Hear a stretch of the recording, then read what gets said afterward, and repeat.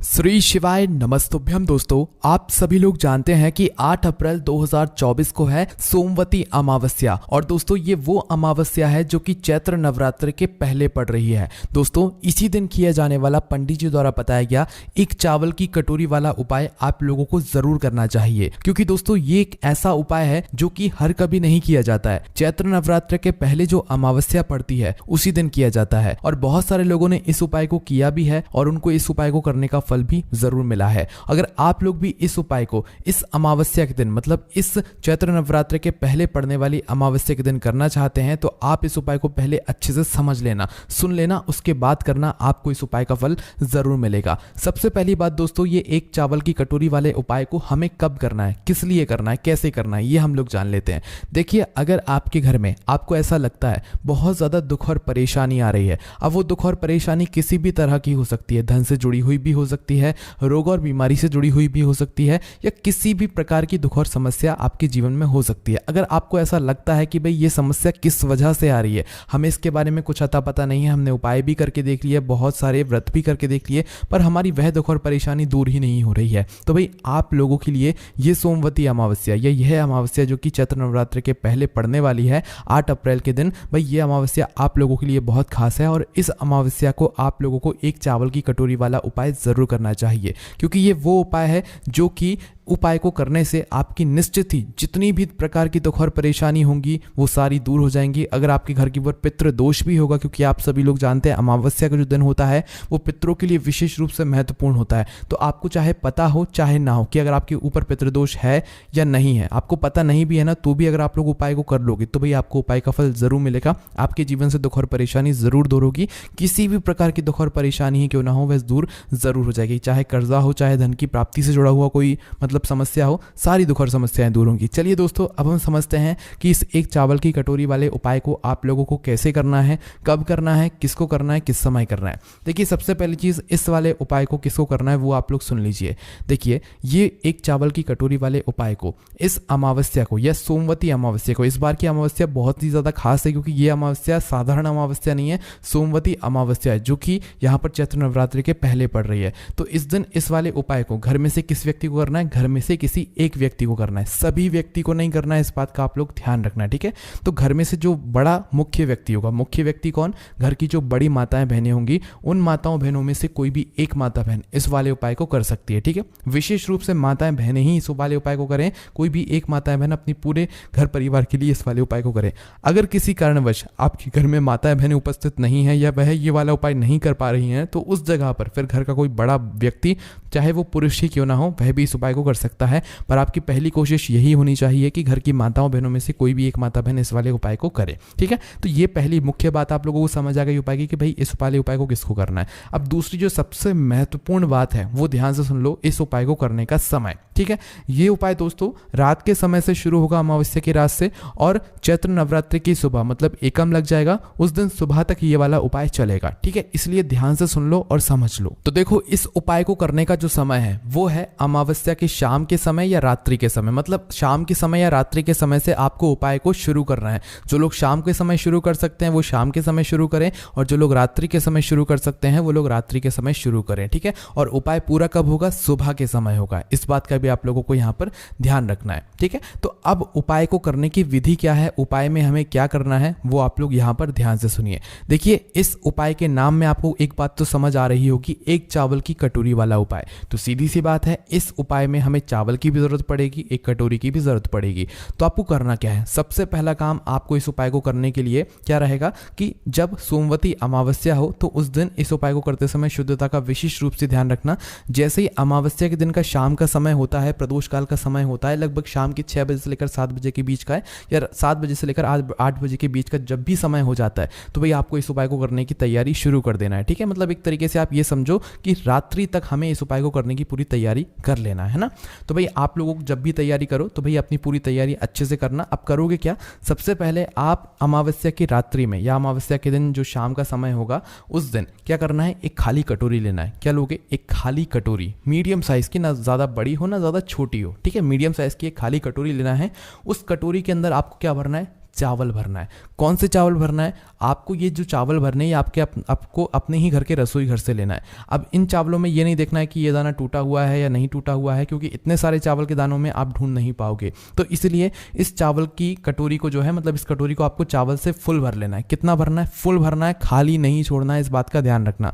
देखो, चावल अगर पूजन वाले हों तो ज़्यादा बेहतर है, अन्यथा आपके घर के रसोई घर में जो भी चावल उपस्थित हो, आप उस चावल में से एक कटोरी चावल निकाल लीजिएगा। ठीक है, बस ध्यान रखिएगा। एक वो तुटी आती है, उस तुटी को आप लोग उपाय में प्रयोग मत कीजिएगा। जो मतलब अच्छे चावल होते हैं या जो जैसे भी चावल आपके घर में है, बस तुटी को छोड़कर, ठीक है, जो छोटे छोटे चावल होते हैं ना, उन चावलों को छोड़कर जो भी चावल आपके घर के रसोई घर में है, जो आपके घर में बनते हैं, उस चावल में से आप लोग एक कटोरी चावल निकाल लो। कटोरी फुल होनी चाहिए चावल की, इस बात का ध्यान रखना है। ठीक है, इस चावल की कटोरी को लेने के बाद दोस्तों, अब जो आपका अगला काम रहेगा वो रहेगा एक कपूर का टुकड़ा। क्या रहेगा? एक कपूर का टुकड़ा। अब देखो, यहाँ पर कपूर भी दो तरह का आता है। एक तो गोली जैसा कपूर आता है और एक टुकड़े वाला कपूर आता है। तो भाई इस उपाय में हम कौन सा कपूर लेंगे?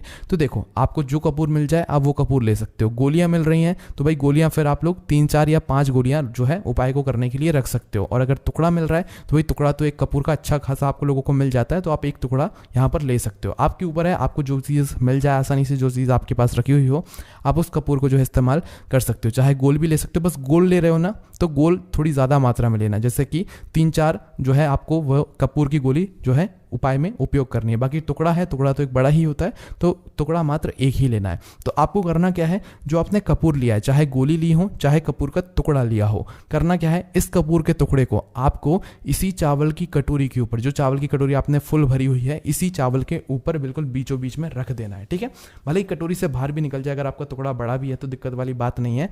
तो आपको इस चावल की कटोरी के बिल्कुल बीचों बीच में ऊपर रख देना है। ठीक है, ऊपर रखने के बाद अब शाम का समय या प्रदोष काल का समय या जैसे ही रात का समय होता है, आप इस उपाय को वैसे मतलब अमावस्या का जो दिन रहेगा, मतलब रात्रि का जो सोमवती अमावस्या का दिन रहेगा, इस दिन रात्रि में 12 बजे से पहले कभी भी इस उपाय को शुरू कर सकते हो। ठीक है, पर 12 बजे के बाद मत करना, ज्यादा लेट हो जाएगा। ठीक है, तो रात्रि को 12 बजे से पहले कभी भी आप इस उपाय को शुरू कर देना है ना। कहने का मतलब है कि आप शाम 7 बजे से मतलब उपाय को करने की तैयारी शुरू कर सकते हो, और रात्रि को 12 बजे से पहले कभी भी आप इस उपाय को मतलब शुरू कर देना है ना। अब करना क्या है, ये जो चावल की कटोरी आपने तैयार करी है, जिसके अंदर आपने चावल भरे हैं और कपूर का टुकड़ा रखा हुआ है, इस चावल की कटोरी को लेकर आप लोग सीधा आ जाओ अपने घर के मेन गेट पर, मुख्य द्वार पर। देखो, मेन गेट ध्यान से समझना, जिनका खुद का घर है उनका तो एक मेन गेट अलग ही होता है, पर जो लोग किराए के घर में या मल्टीज में रहते हैं उनका जरूर मतलब एक अलग गेट होता है। तो उन मल्टीज या किराए के घर में रहने वालों का वो गेट होगा जिस गेट तक उनका किराए का घर है या मल्टीज का घर है, जो उनका आखिरी दरवाजा है अंदर बाहर जाने का, उनका वो मेन दरवाजा होगा। ठीक है, और जिनका खुद का घर है भाई, उनका तो एक अलग मेन गेट होता ही होता है। तो आप लोगों को इस चावल की कटोरी को लेकर अमावस्या के दिन, मतलब जब भी आप रात्रि में इस उपाय को कर रहे हो, शुरू कर रहे हो, तो उस समय इस चावल की कटोरी को लेकर आपको अपने घर के मुख्य द्वार पर आ जाना है। मुख्य द्वार पर आने के बाद अंदर से खड़े होकर देखना कि आपका राइट हैंड साइड कौन सा है। वैसे इस कटोरी को राइट हैंड साइड या लेफ्ट हैंड साइड किसी भी साइड रख सकते हो, कोई दिक्कत वाली बात नहीं है। तो आपको करना है अपने ही घर के मेन गेट पर, मेन गेट के थोड़ा बाहर की साइड करके, ध्यान रखना, मेन गेट के थोड़ा बाहर की साइड करके इस चावल की कटोरी को आप लोगों को रख देना है।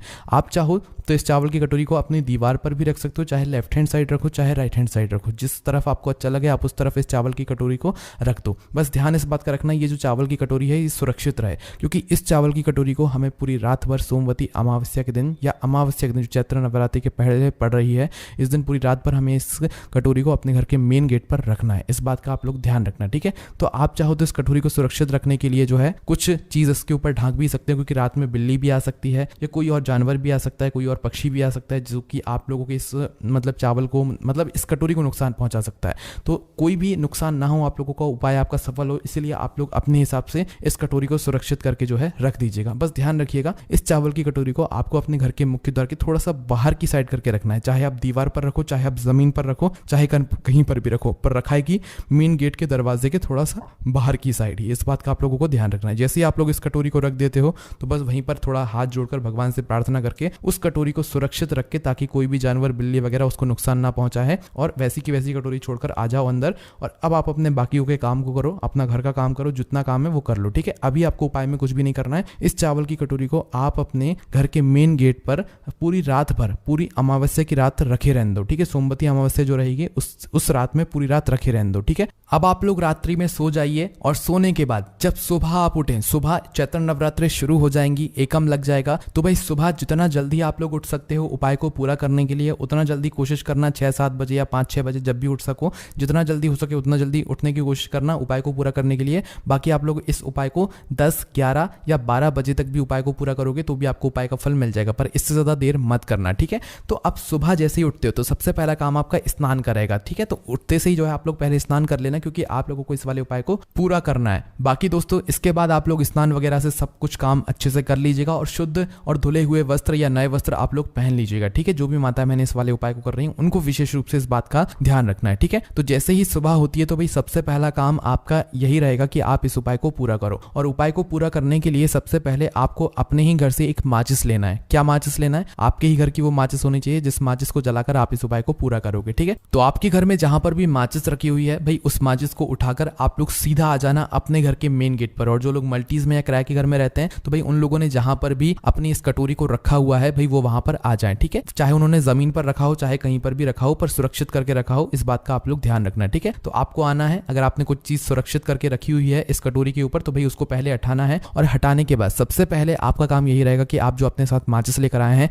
इस माचिस को अपने हाथों से जलाओ। माचिस को जलाने के बाद सबसे पहला काम आपका यही रहेगा कि उस चावल की कटोरी के ऊपर जो आपने कपूर का टुकड़ा रखा हुआ है, चाहे वह गोली के रूप में हो चाहे वह टुकड़ा हो कपूर का, ठीक है। तो अपनी माचिस को जलाकर सबसे पहला काम आपका यह रहेगा कि उस कपूर के टुकड़े को जला दो, ठीक है। जैसे ही आप उसमें आग लगाओगे तो भाई वो जलना शुरू हो जाएगा और जब तक वो जलता है आपको वहीं पर खड़े रहना है, वहां से हिलना भी नहीं है, ठीक है। तो उस कपूर के टुकड़े को या गोली भी अगर आपने रखी है तो भाई उस कपूर के टुकड़े को पूरा जल जाने दो, आपके सामने ही, मतलब सामने ही खड़े रहना और उस कपूर के पूरे अच्छे से जल जाने दो। जैसे ही वह कपूर पूरा जल जाता है, अच्छे से पूरा जल जाता है, बुझ जाता है, उसके बाद में आपको इस चावल की कटोरी को अब अपने हाथ से उठाना है। इसके पहले आपको इस चावल की कटोरी को टच भी नहीं करना है। जैसे कपूर का टुकड़ा जलता है उसके बाद में आपको इस चावल की कटोरी को उठाना है और चावल की कटोरी को उठाने के बाद किसी भी पेड़ के नीचे जाना है। ऐसे पेड़ के नीचे जाना जहां पर पक्षी आते हों दाना चुगने के लिए, ठीक है। तो ध्यान इस बात का रखना कि ऐसे ही वृक्ष के नीचे जाना जिसके नीचे जो पक्षी हैं वो आते हों दाना चुगने के लिए। तो आप किसी भी बेलपत्र के पेड़ नीचे या पीपल के पेड़ के नीचे या जो भी वृक्ष है जहां पर पक्षी आते हैं तो भाई आपको उस पेड़ के नीचे जाना है और आपको इस चावल की कटोरी को लेकर उस जगह पर पहुंच जाना है, ठीक है। अब आपको करना क्या है, आपकी कटोरी के अंदर जितनी भी चावल हैं वो आपको इस पेड़ के नीचे पूरे में फैला देने हैं, ठीक है। पूरे में फैला देने हैं जिससे कि जो पक्षी हैं वो इन दानों को चुग लें। और जो कटोरी है वो आपको अपने साथ में वापस लेकर आ जानी है। जब आप इन चावलों को जो है मतलब उधर पेड़ के नीचे डाल रहे हो तो उस समय आप भगवान से प्रार्थना भी जरूर कर लेना। आपके घर में जितनी भी प्रकार की दुख और परेशानी आ रही हो, या अगर आप इस उपाय को पितृदोष के लिए कर रहे हैं तो पितरों से आप लोगों को जो है अपने घर की दुख और परेशानियों के लिए प्रार्थना करना है और उनसे आशीर्वाद प्राप्त करना है कि उनका आशीर्वाद सदैव आपके ऊपर अच्छा बना रहे और कभी भी कोई दुख और परेशानी ना आए। बस दोस्तों जैसे आप इस चावल को वृक्ष के नीचे समर्पित करते हैं, छोड़ देते हैं पक्षियों के लिए, तो भाई आप अपने घर पर जैसे ही अब दोस्तों यहाँ पर ये वाला उपाय पूरा हो जाता है। अब दोस्तों इस उपाय को करने में बस इस बात का ध्यान रखना, जो व्यक्ति इस उपाय को रात में शुरू करेगा, जो भी माता बहन इस उपाय को रात में शुरू करेंगी वही माता बहन सुबह इस उपाय को पूरा भी करेगी। ऐसा ना हो कि रात में किसी और ने शुरू किया और सुबह और कोई और खत्म कर रहा है उपाय को, ठीक है। तो जो उपाय को कर रहा है इस रात्रि में वही उपाय को सुबह पूरा भी करेगा, इस बात का ध्यान रखना। बस दोस्तों यहाँ पर ये वाला उपाय पूरा हो जाता है। ये उपाय बहुत सारे लोग करते हैं और ये मौका बार बार नहीं आते हैं और इस बार तो मौका और भी अच्छा है क्योंकि अमावस्या तो है ही है, साथ ही में सोमवती अमावस्या, वो भी चैत्र नवरात्रि के पहले पड़ने वाली, इसीलिए इस अमावस्या का जो आपको फल है वो बहुत ही जल्दी और बहुत बड़ा होकर मिलेगा। बाकी दोस्तों ये वाला उपाय आप हमारी वेबसाइट भोलेनाथभक्ति.com पर जाकर पढ़ सकते हैं। ये भोलेनाथ भक्ति नाम आप लोगों को डिस्क्रिप्शन में मिल जाएगा, आप इसे गूगल पर सर्च भी कर सकते हैं, वेबसाइट आपके सामने आ जाएगी, आप वहां से इस उपाय को आराम से उठकर पढ़ सकते हैं। व्हाट्सएप और टेलीग्राम चैनल की लिंक हमने आपको डिस्क्रिप्शन दे दी, वहां से ज्वाइन कर सकते हैं। कोई भी समस्या है कमेंट करके पूछ सकते हैं। ओम नमः शिवाय, जय भोले बाबा श्री शिवाय, नमस्तुभ्यम।